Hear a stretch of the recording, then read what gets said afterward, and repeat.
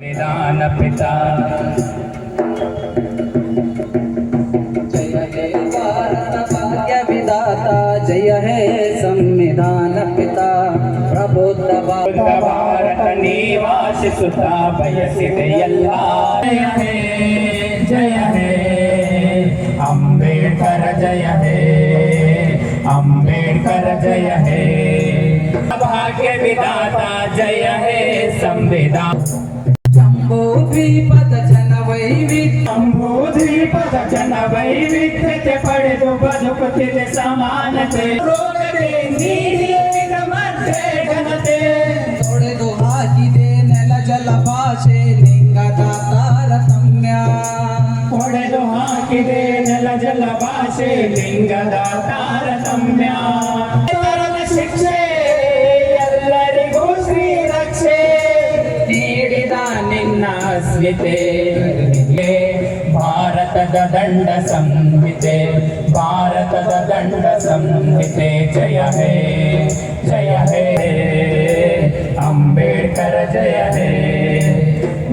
ಹೇ ಭಾರತ ಭಾಗ್ಯ ವಿಧಾತ ಜಯ ಹೇ ಸಂವಿಧಾನ ಪಿತಾ ಜಯ ಹೇ ಸಂವಿಧಾನ ನಾಮ ಮಾನವೀಯತೆಯ ಮಹಾ ಹಿಮಾಲಯ ನಿನ್ನೊಡಲ ಜನಪ್ರಿಯತೆ ಮಾನವೀಯತೆಯ ಮಹಾ ಹಿಮಾಲಯ ನಿನ್ನೊಡಲ ಜನಪ್ರೀತಿ ಅಸಮಾನತೆಯನ್ನು ಅಳಿಸಿ ಹಾಕುತ್ತಿದೆ ನೀ ಕೊಟ್ಟ ಮೀಸಲಾತೆ ಅಸಮಾನತೆಯನ್ನು ಅಳಿಸಿ ಹಾಕುತ್ತಿದೆ ನೀ ಕೊಟ್ಟ ಮೀಸ ಇವತ್ತಿಗೂ ಕೂಡ ಬಾಬಾ ಸಾಹೇಬ್ ಅಂಬೇಡ್ಕರ್ ಅವರ ಜಯಂತಿ ಅಂದ್ರೆ ಕೇವಲ ಫ್ಲೆಕ್ಸ್ ಅಂಬೇಡ್ಕರ್ಗೆ, ಯಾತ್ರಾ ಅಂಬೇಡ್ಕರ್ ವಾದಕ್ಕೆ, ಡಿಜೆ ಅಂಬೇಡ್ಕರ್ಗೆ, ಸ್ಟೇಟಸ್ ಅಂಬೇಡ್ಕರ್ಗೆ, ಮೆರವಣಿಗೆ ಅಂಬೇಡ್ಕರ್ಗೆ ಮಾತ್ರ ನಾವು ಸೀಮಿತಗೊಳಿಸ್ತಾ ಇದ್ದೀವಿ.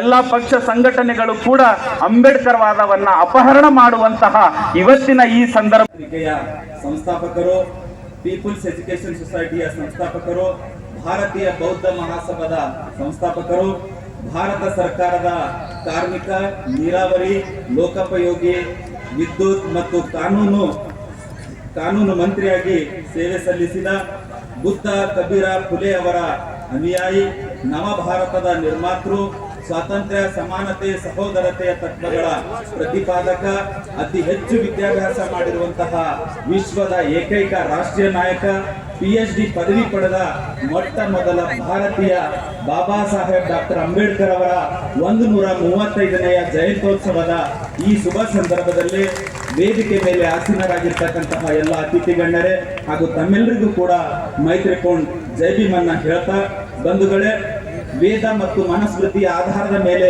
ಈ ದೇಶದಲ್ಲಿ ಸೃಷ್ಟಿಯಾಗಿರುವಂತಹ ನಮ್ಮ ದೇಶದ ಅಸಮಾನ ಸಾಮಾಜಿಕ ವ್ಯವಸ್ಥೆ ಮತ್ತು ಅಸಮಾನ ಆರ್ಥಿಕ ವ್ಯವಸ್ಥೆಯನ್ನ ಹೋಗಲಾಡಿಸಲಿಕ್ಕೆ, ಒಂದು ಸಮಾಜದ ನಿರ್ಮಾಣ ಮಾಡಲಿಕ್ಕೆ ಅನೇಕ ಮಹನೀಯರ ಹೋರಾಟದಲ್ಲಿ ಬಾಬಾ ಸಾಹೇಬ್ ಅಂಬೇಡ್ಕರ್ ಅವರ ವ್ಯಕ್ತಿತ್ವ ಬಹಳ ವಿಶೇಷವಾಗ್ತದೆ. ನಮಗೆ ಅಸಮಾನತೆಯನ್ನ ಬೋಧಿಸಿದ ಮನುಸ್ಮೃತಿಯನ್ನ ಸುಟ್ಟಾಕಿ ಸಮಾನತೆಯ ತತ್ವದಡಿನಲ್ಲಿ ಸಂವಿಧಾನವನ್ನ ಬರೆದುಕೊಡೋ ಮೂಲಕ ನಮ್ಮೆಲ್ಲರಿಗೂ ಕೂಡ ಬದುಕುವ ಹಕ್ಕುಗಳನ್ನ ತಂದುಕೊಟ್ಟಿರ್ತಕ್ಕಂತಹ ಬಾಬಾ ಸಾಹೇಬ್ ಅಂಬೇಡ್ಕರ್ ಅವರನ್ನ ನೆನೆಯುವ, ಸ್ಮರಿಸುವ ಮತ್ತು ಅವರನ್ನ ಗೌರವಿಸುವಂತಹ ಪ್ರತಿಯೊಬ್ಬ ಭಾರತೀಯನ ಕರ್ತವ್ಯ ಆಗಿದೆ. ಸಂವಿಧಾನ ಬಂದು 76 ವರ್ಷಗಳು ಕೂಡ ಕಳೆದರೂ ಕೂಡ ಬಂಧುಗಳೇ, ಇವತ್ತಿಗೂ ಕೂಡ ನಾವು ಬಡತನ ಮತ್ತು ಜಾತಿ ತಾರತಮ್ಯ ಅನ್ನುವಂತಹ ರೋಗಗ್ರಸ್ತದಿಂದ ನಮಗೆ ಹೊರಗೆ ಬರೋದಕ್ಕೆ ಸಾಧ್ಯವಾಗ್ತಿಲ್ಲ.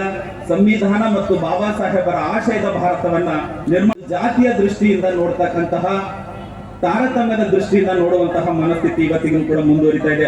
ಧರ್ಮ, ಜಾತಿ, ಲಿಂಗ, ಭಾಷೆ ಮತ್ತು ಪ್ರಾದೇಶಿಕ ಮೀಸಲಾತಿ ಒಳ ಹೊರ ಹೆಸರಿನ ಮೇಲೆ ಜನರನ್ನು ಒಡೆದಾಡುವ ಪ್ರಕ್ರಿಯೆ ಇವತ್ತಿಗೂ ಕೂಡ ನಿರಂತರವಾಗಿ ನಡೀತಾ ಇದೆ.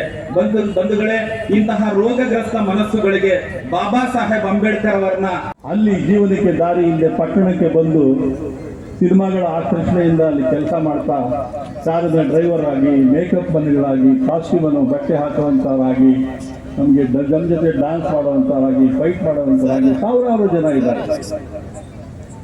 ಅವ್ರಿಗೆ ಸರಿಯಾಗಿ ವೇತನ ಸಿಗ್ತಾ ಇರಲಿಲ್ಲ ಅಂತ ಹೇಳಿ ಅವರ ಒಂದು ಸಂಘಟನೆ ಮಾಡಿ, ಸಿನಿಮಾ ಕಾರ್ಮಿಕರ ಒಕ್ಕೂಟ ಮಾಡಿ, ನಾನು 30 ವರ್ಷ ಅಧ್ಯಕ್ಷನಾಗಿದ್ದು ಪಡ್ಕೊಂಡ ಅನುಭವವನ್ನು ನಿಮ್ಗೆ ಹೇಳ್ತೇನೆ.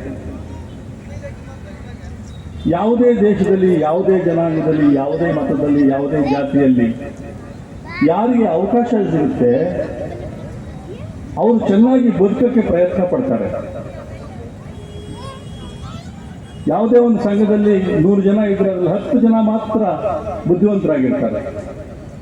ಅದೇ 10 ಜನ ಪದೇ ಪದೇ ಆಯ್ಕೆಯಾಗಿ ಬರ್ತಿರ್ತಾರೆ. ಇನ್ನು 90 ಜನ ಸಂಗ್ರಹ ಮಾಡಿರುವಂಥ ಹಣವನ್ನು ದುರುಪಯೋಗ ಮಾಡ್ಕೋತಾರೆ. ಅವರು ಶ್ರೀಮಂತರಾಗ್ತಾ ಇರ್ತಾರೆ, ಅವರು ಚೆನ್ನಾಗಿ ಬದುಕ್ತಾ ಇರ್ತಾರೆ.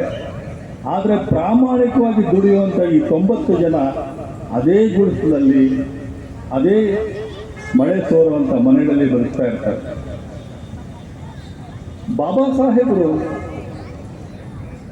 ಈ ವ್ಯವಸ್ಥೆಯ ವಿರುದ್ಧ ಸಿಡಿದೆದ್ದು ನಿಲ್ಲಕ್ಕೆ ಕಾರಣ ಸಹಸ್ರಾರು ವರ್ಷಗಳಿಂದ ದಮನಿತ ವರ್ಗಗಳಿಗೆ, ಅಸಂಘಟಿತ ವರ್ಗಗಳಿಗೆ, ದುಡಿಯುವ ಜನಕ್ಕೆ ಜ್ಞಾನ ಸಿಗದ ಹಾಗೆ ಮಾಡಿದ್ರು. ಬಲಾಢ್ಯ ಜನ ವಿದ್ಯೆ ಸಿಗದ ಹಾಗೆ, ಜ್ಞಾನ ಸಿಗದ ಹಾಗೆ ಮಾಡಿ ಅವರ ತಲೆಯ ಮೇಲೆ ಮಲವನ್ನು ಹೊರಿಸಿ ಅವ್ರನ್ನ ಬಹಳ ಕೀಳಾಗಿ ಕಾಣ್ತಾ ಇದ್ರು. ಈ ದೇಶಕ್ಕೆ ಇಂಗ್ಲಿಷ್ನವರು ಬಂದ ನಂತರ ಶಾಲೆಗಳನ್ನು ತೆರೆದರು. ಅವರಿಗೆ ಆಡಳಿತ ನಡೆಸೋಕ್ಕೆ ಗುಮಾಸ್ತರು ಬೇಕಾಗಿತ್ತು, ಪೊಲೀಸ್ ಕಾನ್ಸ್ಟೇಬಲ್ ಬೇಕಾಗಿತ್ತು, ಕೋರ್ಟ್ಗಳಲ್ಲಿ ಜಫೇದಾರಿಗಳು ಬೇಕಾಗಿತ್ತು. ಸಣ್ಣ ಪುಟ್ಟ ಕೆಲಸ ಮಾಡೋದಕ್ಕೆ ಸ್ವಲ್ಪ ಇಂಗ್ಲಿಷ್ ಕಲೀಲಿ ಅಂತ ಶಾಲೆಗಳನ್ನು ಪ್ರಾರಂಭ ಮಾಡೋದು.